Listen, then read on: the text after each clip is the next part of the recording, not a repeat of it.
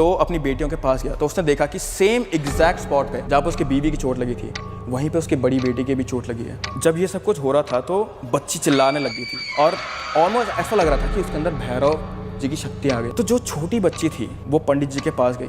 उसने कहा पंडित जी मुझे ऐसा पक्की बात पता नहीं है लेकिन मुझे लगता है कि मेरी बड़ी बहन के अंदर मेरी माँ का भूत आता है। उसने कहा पंडित जी एक और बात है, मुझे लगता है मेरी माँ और दादी जी फिसल के नहीं मरे, मेरी माँ और दादी जी को मेरे ने मारा है। मैं भैरव की कसम खा रही हूँ, मैं झूठ नहीं बोलूँगी, सच में यही हुआ था और मैं तुम्हारी बीवी ही बोल रही हूँ, ठीक है। उसकी आवाज़ भी चेंज हो गई थी। भाई हमारी जो ऑडियंस है उन्हें वो बहुत पसंद है यार, हॉरर। तो अगर आप कोई केस आपके पास आया हो या आप बता रहे थे आपकी विलेज की एक स्टोरी है तो। विलेज की नहीं यार, ये एक्चुअली ना ये स्टोरी मुझे भेजी गई थी। अच्छा। पर ये बहुत, पहले मेरे को एक बात बताओ, तुम लोग कुल देवता पता है तुम लोगों को क्या होता है? हाँ। कुल देवता पता है ना क्या होता है? बहुत सुना भाई हमने अपने पॉडकास्ट में, लोगों ने बताया। बेसिकली उत्तराखंड से सुना होगा तुमने। हाँ। उत्तराखंड में कुल देवता बहुत मानते हैं, ठीक है। हमारा फैमिली का भी कुल देवता है। तो ये जो स्टोरी है मेरे पास, ये भी आई थी मेरे पे पौड़ी गढ़वाल से। बहुत ही ज़्यादा भगवान में विश्वास करना, कुल देवता कुल देवतियों में विश्वास करना। और बेसिकली यहाँ पे ये होता है कि अपना सब कुछ भगवान को दे देते हो, भगवान में बहुत मानते हैं। पौड़ी गढ़वाल तो बहुत ही ज़्यादा, ठीक है। तो ये स्टोरी थी एक फैमिली की, बहुत पुरानी स्टोरी थी, ये 1990s की थी। तो इसमें क्या था कि बहुत छोटा हंसता खेलता परिवार और गांव में रह रहे थे ये लोग। अब इस फैमिली में क्या हुआ, इनके दो बेटे हुए। पहले बेटे का नाम था सुशील और दूसरे बेटे का नाम था गगन, ठीक है। तो सुशील और गगन पैदा हुए, दोनों गांव में पले बड़े। लेकिन फिर उन्होंने सोचा कि जैसे जैसे इनकी 10th आने वाली थी तो उनके फादर ने सोचा, या फिर उन्होंने भी ये इंसिस्ट करा, दोनों बेटों ने, सुशील और गगन दोनों ने, कि यार पापा हम लोग ना वहाँ चले जाते हैं, कहाँ, बाहर पढ़ने चले जाते हैं, ठीक है। तो उनके फादर ने बोला ठीक है बाहर पढ़ने चले जाओ। तो ये लोग आए, पहले देहरादून आए थे लोग, फिर देहरादून में इन्हें जमा नहीं तो दिल्ली गए ये लोग। और दिल्ली जाते थे ये लोग तो दिल्ली में पढ़ाई करने लगे 11th-12th की। अब 11th-12th की पढ़ाई करी दिल्ली में, तो फिर कॉलेज भी वहीं कर दिया उन्होंने, ठीक है। पढ़ाई होती रही दिल्ली में, ये लोग एडजस्ट होते रहे। लेकिन गाँव में इनके घर वाले फिर भी इनका वेट कर रहे थे, है ना, बूढ़े पिता बूढ़ी माँ, है ना, तो वेट कर रहे थे ये लोग इनका। और जब इनका कॉलेज ख़त्म हुआ तो इनके पापा ने इनको कॉल करके पूछा कि राइट तुम लोग कभी वापस आ रहे हो? तो उन्होंने बोला नहीं मेरी तो जॉब लगी है। सुशील ने बोला मेरी यहाँ जॉब लगी है, और गगन ने बोला मैं आर्मी की तैयारी कर रहा हूँ, ठीक है। अब इनके घर में क्या था कि जो बड़ा बेटा था इनका, सुशील जो था, वो बहुत ज़्यादा फेवरेट था दोनों का, माँ बाप दोनों का ही फेवरेट था, लेकिन दिखाते नहीं थे वो कि फेवरेट है ना, ऐसा वाला। तो सुशील ने बोला फिर भी मेरी जॉब लगी है लेकिन आप चिंता मत करो पापा, मैं घर आता रहूँगा, ठीक है। अब ज़िंदगी आगे बढ़ती गई, सुशील बड़ा हुआ, है ना, सुशील बड़ा हुआ, सुशील की शादी हुई, उसके बच्चे हुए। गगन भी आर्मी में लग गया था, गगन की भी शादी हुई, उसके भी बच्चे हुए। तो एक बार इनकी मॉम ने इन्हें कॉल करा, मदर ने कॉल करा पौड़ी में कि कुल देवता की पूजा हो रही है, वापस आ जाओ तुम लोग, मुझे कुछ नहीं पता, ठीक है। तो लोग वापस चले गए। अब कुल देवता भी अलग अलग होते हैं, ठीक है। इन लोग का था भैरव सुना हो ना तुमने? भैरव में एक तो एंगर बहुत होता है, ठीक है, लेकिन वो एंगर किसी नेगेटिव चीज़ के लिए नहीं होता है, it's for a positive thing. अपने आसपास के लोगों को बचाने के लिए, एक भाई को बचाने के लिए ऐसे टाइप का गुस्सा होता है कि भाई पे किसी ने हाथ लगा दिया तो उनका हम बदला लेंगे। तो बेसिकली प्रोटेक्शन का एक वो बोलो तुम जरिया कुल हमारे भैरव जी होते हैं, इनके भैरव जी थे, इनकी फैमिली के भैरव जी थे, ठीक है, कुल देवता। तो भैरव की पूजा हो रही थी, ये लोग गए वहाँ और पूजा करते करते लाइक उससे कुछ फील हुआ, सुशील को कुछ फील हुआ कि गगन को कुछ फील हुआ कि यार शायद मुझे वापस आ जाना चाहिए, शायद मुझे गांव में रहना चाहिए अपने घर वालों के साथ, शायद से मुझे गांव में रहना चाहिए। लेकिन सुशील को ये चीज़ फील नहीं हुई, ठीक है। अब गढ़वाल में क्या होता है ना, एक बहुत ही, तुम लोगों ने शायद सुना होगा पहले बंटवारा, ठीक है, ज़मीन मतलब बांट देते हैं बच्चों में, और ये सब कुछ हो रहा होता है। तो ये लोग आए हुए थे घर, इनकी फैमिलीज भी आई हुई थी, इनकी बीवियाँ भी आई हुई थी, बच्चे भी आए हुए थे। तो उनके फादर ने सोचा कि बंटवारे का टाइम आ गया शायद से, अब मैं बुढ़ा भी हो गया, है ना, उनकी तबीयत भी ख़राब हो रही थी। तो उन्होंने कहा बंटवारा कर देते हैं। अब गगन ने अपने फादर को बताया कि मेरे गांव में रहने का मन है, तो उसके पापा खुश हो गए कि चलो हमारा एक बेटा तो यहाँ पे रहेगा। लेकिन फिर भी फेवरेट कौन था? बड़ा बेटा, ठीक है, बड़ा बेटा फेवरेट था। तो इनके फादर ने क्या करा, जैसे 100% की जो ज़मीन थी उसमें से 80% दे दी सुशील को, बड़े बेटे को, और 20% के जो खेत थे जिनमें खेती वगैरह होनी थी वो दे दिया गगन को, ठीक है। अब गगन इस बात से चिढ़ गया, ठीक है। उसने कहा मैं गाँव में रह रहा हूँ, तुम बड़े भैया को दे रहे हो सारी ज़मीन, उससे तो यहाँ रहना भी नहीं है, ठीक है। तो इस बात पे इनका बहुत विवाद होता था अपने फादर से भी, और उसके पापा बोलते थे यार मैं बुढ़ा हूँ, मेरी ना तबीयत ख़राब है, तू मेरे से क्यों लड़ रहा है ना, मैं यही चाहता था तो मैंने यही करा, अगर तू मुझे लायक लगता तो मैं तुझे दे देता, है ना। तो सुशील को लगा कि यार ज़्यादा बहस ना हो, तो इसीलिए उसने अपने जो हिस्से की ज़मीन मिली थी उसमें से आधी ज़मीन अपने छोटे भाई को दी थी गगन को, और वो चले गया दिल्ली काम करने के लिए अपनी फैमिली के साथ। अब गगन ने सोचा कि जब मेरे पास यहाँ इतनी ज़मीन है ही तो मैं यहाँ रह लेता हूँ थोड़ा टाइम, ठीक है। और आर्मी वालों की ना छुट्टी होती है, तुमने देखा होगा, 2-3 महीने की छुट्टी होती है, आ जाते हैं वो वापस घर आ जाते हैं। तो उसने उस पूरे टाइम गांव में खेती करी, अपने पापा की मदद करी, अपनी मम्मी की सेवा करी, है ना। गांव वालों से मिला जुला वो, और उसे बहुत ही अच्छा लग रहा था इस टाइम पे कि उसकी बीवी को भी अच्छा लग रहा था। उसकी बीवी का नाम था मधु, आई थिंक सो, हाँ मधु, ठीक है, उनकी बीवी का नाम था मधु। तो गगन, मधु और उनकी 2 बेटियाँ यहीं रहते थे, गाँव में घुल मिल गए थे लोग, ठीक है ना, गाँव में घुल मिल गए थे। अब दोबारा से कुलदेवता की पूजा होती थी, तो गगन को जब भी कुलदेवता की पूजा होती थी उसे कुछ ना कुछ महसूस होता था, पॉजिटिव नेगेटिव पता नहीं हमें, लेकिन उसे महसूस होता था कि हाँ इस पूजा से मेरे पे कुछ असर पड़ रहा है, ठीक है। तो गगन का और मन करने लगता था गांव में रहने का। लेकिन एक टाइम फिर ऐसा आया जब उसे वापस आर्मी में जाना ही था, तो उसने अपनी बीवी को बोला कि मैं चलता हूँ, लेकिन तुम यहाँ पे ध्यान रखना, ठीक है, मेरी माँ का ध्यान रखना, मेरे पापा जी का ध्यान रखना, बच्चों का ध्यान रखना, तो तुम यहीं रहो, मैं जाता हूँ, ठीक है। अब वो चले गया और इन लोगों की लाइफ अच्छी खासी बीत रही है। तो क्या हुआ कि अचानक से इनके फादर की तबीयत ख़राब हो गई, ठीक है, क्योंकि बुढ़े भी थे वो, बुज़ुर्ग भी थे वो, तो उनकी तबीयत ख़राब हो गई। उन्होंने इसे कॉल करके बोला कि गगन जल्दी वापस आ जाओ, सुशील जल्दी वापस आ जाओ। सुशील उस टाइम पे वापस घर नहीं आ पाया, उसकी जॉब में बहुत ज़्यादा इंपॉर्टेंट चीज़ चल रही थी, और उसने सोचा कि शायद तबीयत ख़राब हो रही है, मेरे फादर की तबीयत ख़राब होती रहती है, कुछ सीरियस नहीं होगा। गगन पहुँचा घर। अब गगन जिस दिन घर पहुँचा उसी दिन रात में उनके फादर की डेथ हो गई अनफॉर्चुनेटली, ठीक है। तो गगन ने सारा क्रियाक्रम करा, अच्छे से सब कुछ करा, और गांव में भी क्रियाक्रम के बाद जैसे लोग मिलने आते हैं, तो गगन ही था अब उस घर का एक तरीके से मर्द, जो पूरी प्रॉपर्टी थी उसका मर्द अब गगन ही था जब मिलने आ रहे थे। तो गगन ही सबसे मिल रहा था, सबका दिलासा ले रहा था, बातें बूतें कर रहा था। और अचानक से एक हफ्ते बाद सुशील आया और पूरे गाँव वाले सुशील से बात करने लगे कि बहुत बुरा हुआ तुम्हारे फादर के साथ, है ना, ऐसा नहीं होना चाहिए था, बहुत अच्छे आदमी थे, ऐसा ऐसा करके। गगन को वो चीज़ भी कहीं ना कहीं उसे बुरी लग गई कि यहाँ सब कुछ मैं देख रहा हूँ और तुम लोग फिर बड़े भाई पे वो कर रहे हो। फिर उसने बोला छोड़ो, कोई बात नहीं, ठीक है। अब सुशील जब घर वापस आया तो उसने गगन से बोला कि एक काम कर, तू आर्मी का काम छोड़ दे, है ना, माँ को भी तेरी ज़रूरत है यहाँ पे, हमारे मतलब उनका गाय भैंस भी थी। उन्होंने कहा तू छोड़ दे सब कुछ, मैं कमा लूँगा, मैं घर पैसे भेज दूँगा, तू यहीं रह, ठीक है। गगन ने भी पहले सोचा, फिर उसने कहा ठीक है मैं ये रहता हूँ। अब उसकी ज़िंदगी पूरी हो गई थी गाँव की। गगन पूरा गाँव में रहता था, तो गांव के जैसे होता ना कि खेत वगैरह, मतलब खेती बाड़ी करना, ये सारी चीज़ें करना, वैसा काम करता था वो। अब क्या हुआ कि गगन यहाँ रह रहा था तो उसका तीसरा बच्चा होने वाला था, अच्छा, ठीक है। उसकी 2 बेटियाँ पहले से थी, गगन का तीसरा बच्चा पैदा होने वाला था, तो वो खुश था और गाँव के लोग भी बहुत ज़्यादा खुश थे। पहाड़ों की बात एक बहुत ज़्यादा सही ये है कि पहाड़ों में सिर्फ रास्ते होते टेढ़े मेढ़े, वहाँ लोग बहुत ज़्यादा सीधे होते हैं, सब लोग खुश हो रहे हैं, ऐसा लग रहा था उन्हीं का बच्चा पैदा हो रहा है, ठीक है। तो वो लोग खुश थे उनके लिए। अब गगन का जब बच्चा पैदा हो रहा था उसके अगले दिन बारिश होना शुरू हो गया था, ठीक है।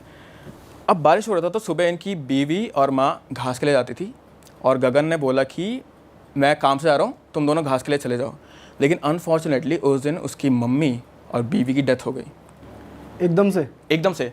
वो लोग टेढ़े मेढ़े रास्ते से आते ना, मतलब पहाड़ में जा रहे थे तो कच्चे रास्ते आते और मिट्टी आ गई, कीचड़ हो गया, तो फिसल के उनकी मौत हो गई, ठीक है। तो फिसल के उनकी मौत हो गई, तो गगन ने बोला, शाम हो गई थी, तो शाम हो गई तो गगन ने बोला कि मेरी बीवी और माँ कहाँ हैं। तो वो गया वहाँ पे ढूंढने के लिए, पूरे गांव वालों के साथ गया वो। तो गांव वालों में से किसी एक ने उनकी माँ और उनको बोला कि देखो ये खाई से नीचे गिरे हुए हैं। तो वो लोग गए, फटाफट वहाँ पे गए। तो पहली बारी देखने में तो यही लग रहा था कि हाँ ये गिर के मरे हुए हैं, मतलब फिसल के मर गए हैं। लेकिन एक बहुत पक्यूलर बात थी उन पर, ये थी कि उसकी बीवी की छाती के यहाँ पे बहुत गहरी चोट लगी हुई थी। अच्छा, इधर साइड, लेफ्ट साइड पे बहुत गहरी चोट लगी हुई थी। तो पहला थॉट उनका ये आ रहा है कि पौड़ी गढ़वाल में सियार बहुत होते हैं, ठीक है। तो उन्हें ये लगा कि शायद से किसी सियार ने, है ना, डेड बॉडी पड़ी हुई सुबह शाम तक, सियार ने नोच लिया होगा। लेकिन सियार जैसी चोट नहीं थी वो। फिर भी उन्होंने कुछ नहीं सोचा, उन्होंने कहा कि कोई बात नहीं, ठीक है। अब वो दुख में भी था तो वो ये बताने नहीं चाहते थे कि किसी ने तेरी बीवी का ना मांस खाया, तो उन्होंने चुपचाप ढका उसको और वो घर आ गए। फिर इसने क्रियाक्रम करा। अब गगन का ये हो गया था कि पापा तो मर ही गए थे, भाई बाहर है ना, मम्मी भी मर गई, बीवी भी मर गई, सिर्फ 2 बच्चे थे उसके पास। तो वो अपना ज़्यादा टाइम बच्चों को दे रहा था। लेकिन धीरे धीरे ना उसको गुस्सा सा आने लग गया था अपनी बेटियों से, ठीक है। छोटी छोटी बात पे डांट देता था उससे वो। तो एक दिन अचानक क्या हुआ, गगन की जो बड़ी बेटी थी वो रात में सो रही थी, वो और उसकी छोटी बहन साथ में सोते थे, और वो रात में चिल्लाने लग गई, ठीक है। वो नाम लेने लगी, अलग अलग नाम लेने लगी, और कुल देवता का भी नाम लिया उन्होंने, भैरव का भी नाम लिया, भैरव का नाम लिया और वो सीधा उठी। अब गगन को लगा यार तो रात में चिल्ला रही है, उसने उसे मारा, ठीक है। तो वहाँ से उसने अपनी बेटियों को मारना शुरू कर दिया था, और जितना दिन वो उसे मारता गया उसकी बेटी और भी ज़्यादा पागल टाइप की हो रही थी एक तरीके से, ठीक है। अलग अलग नाम लेती थी वो, अलग अलग नाम लेती थी, कभी अपनी माँ का नाम लेती, कभी कुल देवताओं का नाम लेती, ठीक है। तो गगन को समझ नहीं आ रहा था क्या हो रहा है, पर वो गुस्सा करने लगा था अपनी बेटियों से। अब एक दिन जब वो उठा तो अपनी बेटियों के पास गया, तो उसने देखा कि सेम एग्जैक्ट स्पॉट पे जहाँ पर उसकी बीवी की चोट लगी थी, वहीं पे उसकी बड़ी बेटी की भी चोट लगी है, एग्जैक्टली वैसी ही चोट, एग्जैक्टली उसी स्पॉट पे। तो उसको डर लग गया अचानक से, उसने कहा मैं क्या करूँ क्या करूँ। वो ले गया एक पंडित के पास, ठीक है, वहीं पे जहाँ पे भैरव देवता का मंदिर था। तो वहाँ पे ले गया, तो पंडित ने बोला कि यार, पंडित ने बोला कि पहले हम इसका झाड़ फूँक करते हैं, क्योंकि एग्जैक्टली उन्हें भी क्या होता है ये चीज़ समझ नहीं आता। उन्होंने कहा पहले झाड़ फूँक करते हैं, पूजा करते हैं, फिर देखते हैं कि आगे क्या होता है ना। अब अगेन भैरव जी तो अगर ऐसे कुछ हो जाए, किसी पे अपने पे चोट लग जाए तो बहुत ज़्यादा क्रोधित हो जाते हैं, है ना। तो जब ये सब कुछ हो रहा था तो बच्ची चिल्लाने लग गई थी, और ऑलमोस्ट ऐसा लग रहा था कि उसके अंदर भैरव जी की शक्ति आ गई, जैसे भैरव जी प्रकट हो गए उसके अंदर, ठीक है। वो चिल्ला रही थी, और उसने एकदम से रुक के अपने पिता की साइड देखा, अपने फादर की साइड देखा, गगन की साइड देखा, ठीक है। तो पंडित जी ने उसको रोका, उनको शांत करा। फिर उसने गगन को बोला तुम इसे घर ले जाओ, हम एक पूजा तुम्हारे घर में रखेंगे, और फिर वहाँ से सब कुछ जो भी दोष है, दोष मतलब बेसिकली कि जो भी नेगेटिव एनर्जी है, जो भी हुआ होगा वहाँ से पता चलेगा। अब गगन उसे घर तो ले जा रहा था, पर उसने उसकी छोटी बहन को रोका। उसने छोटी बहन को रोक के बोला कि अपनी बड़ी बहन का ध्यान रखना जब तक मैं कल तुम्हारे घर नहीं आता हूँ सारी सामग्री के साथ, ठीक है। अब छोटी बहन को क्या समझ आता, वो तो बच्ची थी 10 साल की। तो उसने कहा ऐसा क्यों बोला, फिर भी उसने कहा ठीक है मैं अपनी बहन के साथ सो जाती हूँ। अगला दिन हुआ, शाम का टाइम है ना, रात का टाइम, पूजा उसी टाइम पे होती है पौड़ी में। तो शाम को सारे लोग आ रखे थे, पूरा गाँव वहाँ पर आ रखा था, और भैरव का वो हो रहा था, नृत्य हो रहा था बेसिकली, है ना, नाच हो रहा था। तो पूजा हो रही थी भैरव जी के लिए, और धीरे धीरे जो बड़ी बेटी थी उनकी, उसको गुस्सा आ रहा था, और बार बार एक ही चीज़ चिल्ला रही थी, मधु मधु मधु, अपनी माँ का नाम ले रही थी, मधु मधु बोल रही थी, बस और कुछ नहीं बोल रही थी, ठीक है। तो जो छोटी बच्ची थी वो पंडित जी के पास गई। उसने कहा पंडित जी मुझे ऐसा पक्की बात पता नहीं है, लेकिन मुझे लगता है कि मेरी बड़ी बहन के अंदर मेरी माँ का भूत आता है, मेरी बड़ी बहन के अंदर मेरी माँ का भूत आता है। उसने ऐसा कहा पंडित जी से। तो पंडित जी ने कहा कि आपको पक्का श्योर है, ऐसा क्यों बोल रहे हो आप। तो उसने कहा कि जब वो रात में चिल्लाती है तो कभी कभी वो ऐसी चीज़ें बोलती हैं जो सिर्फ मुझे और मेरी माँ को पता थी, ठीक है। तो उसने कहा ठीक है। अब वो बच्ची वापस जा रही थी, तो वो दोबारा घूमी वापस। उसने कहा पंडित जी एक और बात है, मुझे लगता है कि मेरी माँ और दादी जी फिसल के नहीं मरे, मेरी माँ और दादी जी को मेरे पिताजी ने मारा है। अच्छा, हाँ, ये छोटी बेटी बोलती है पंडित जी से, मेरी माँ और मेरी जो दादी थी उनको मेरे पिताजी ने मारा है। अब पंडित ने बोला कि तुम ऐसा क्यों बोल रहे हो। तो उसने कहा दोबारा से जब मेरी बहन रात में उठती है, जब वो सिर्फ मतलब अपना नाम लेती हैं, मेरे ऐसी बातें बताती हैं जो सिर्फ हम दोनों को पता थी, तो तब मेरी माँ ने ही मुझे बताया था ये चीज़ कि तुम्हारे पापा ने मुझे धक्का दिया था, ठीक है। अब पंडित जी ने बोला कि ठीक है, अभी तो हम पूजा नहीं रोक सकते हैं, गाँव वाले हैं ना, पूजा नहीं रोक सकते हैं, मैं इसके बाद तुमसे बात करूँगा। लेकिन वो छोटी बच्ची उसको पंडित को छोड़ के नहीं गई वहाँ से, ठीक है। पूजा खत्म हुई और पंडित जी ने गगन को बुलाया अपने पास, और उसके बड़े भाई को भी बुलाया। तो उन्होंने पूछा कि क्या तुमने ऐसा ऐसा करा। उसने कहा नहीं, ठीक है। तो जो छोटी बेटी थी ना, वो बहुत देर से चिल्ला के थक गई थी, तो सो रही थी, ठीक है। तो जब वो ये सारे क्वेश्चन पूछे थे, पंडित जी गगन से सारे क्वेश्चन पूछे थे, तो वो एकदम से उठी। तो उसने फिर सारी स्टोरी बताई कि एक्चुअल में हुआ क्या। अब जैसे मैंने तुम्हें पहले बताया कि गगन अपने भाई से बहुत चिढ़ता था, वो बहुत ज़्यादा चिढ़ता था, और गगन था आर्मी वाला लड़का था वो, ठीक है। तो गगन को हमेशा से एक लड़का चाहिए था जिसे वो मतलब अपने तौर तरीके सिखा सके, है ना, आर्मी में भेज सके, मर्द टाइप को बना सके, ऐसा टाइप का उससे एक लड़का चाहिए था। पर गगन को ऐसा कहीं से या तो उसे सुना या उसे ऐसा अंधविश्वास से कुछ हो गया था कि उसकी जो तीसरा बच्चा होने वाला है वो भी एक लड़की ही होगी, और वो बहुत ज़्यादा गुस्से में था इस बात से अपनी बीवी से। अब उसकी बीवी तो ये चीज़ चेंज नहीं कर सकती कि कौन सा बच्चा पैदा हो रहा है, right, it's not possible, biologically possible नहीं है, पर फिर भी वो अपनी बीवी से लड़ता था इस बारे में। तो एक दिन लड़ाई करते करते क्या हुआ कि उसने अपनी बीवी को रात में बोला कि मुझे बेटा ही चाहिए, मुझे नहीं पता तुम कैसे करते हो, मुझे बेटा ही चाहिए। तो ये चीज़ उसकी माँ ने सुन ली थी, ठीक है। और नॉर्मली क्या होता था कि उसकी माँ उसकी बीवी के साथ घास पे नहीं जाती थी, घास पे मतलब घास लेने नहीं जाती थी गाय भैंस के लिए, लेकिन उसकी अगली सुबह, जैसे मैंने तुम्हें बताया था ना, जिस दिन बारिश हो रही थी, उसकी माँ भी उसके साथ गई ताकि वो अपनी बीवी उसकी बहू से बात कर सके कि तुम चिंता मत करो, मैं गगन को सब कुछ समझा दूंगी, ऐसा पॉसिबल नहीं है सब कुछ। पर गगन था गुस्से में। तो गगन इन दोनों के पीछे गया, उसे लगा कि मेरी माँ कुछ पट्टी पढ़ा रही है मेरी बीवी को, ठीक है। तो वो उनके पीछे पीछे गया, ये सोचते हुए कि मैं इसको ढंग से समझाता हूँ, आराम से बात करता हूँ, लेकिन वो धीरे धीरे बात करते करते उसे गुस्सा आ गया। तो उसकी माँ ने बोला बहू को छू मत, बहू को मार मत, ठीक है। तो उसने कहा क्यों, क्या कर लोगे? तो उसने पहले अपनी माँ को ही धक्का दे दिया, तो उसकी माँ गिर गई, ठीक है। उसकी माँ खाई से नीचे गिर गई। अब उसकी बीवी ने कहा मैं सबको बता दूंगी, सबको बता दूंगी। तो उसने खंजर निकाला अपने उससे और उसने बीवी का ऐसा डाला, बाहर खींचा, और क्योंकि उसके चोट लगी थी तो डिसबैलेंस हो गया, फिर वो वहाँ से नीचे गिरी, ठीक है।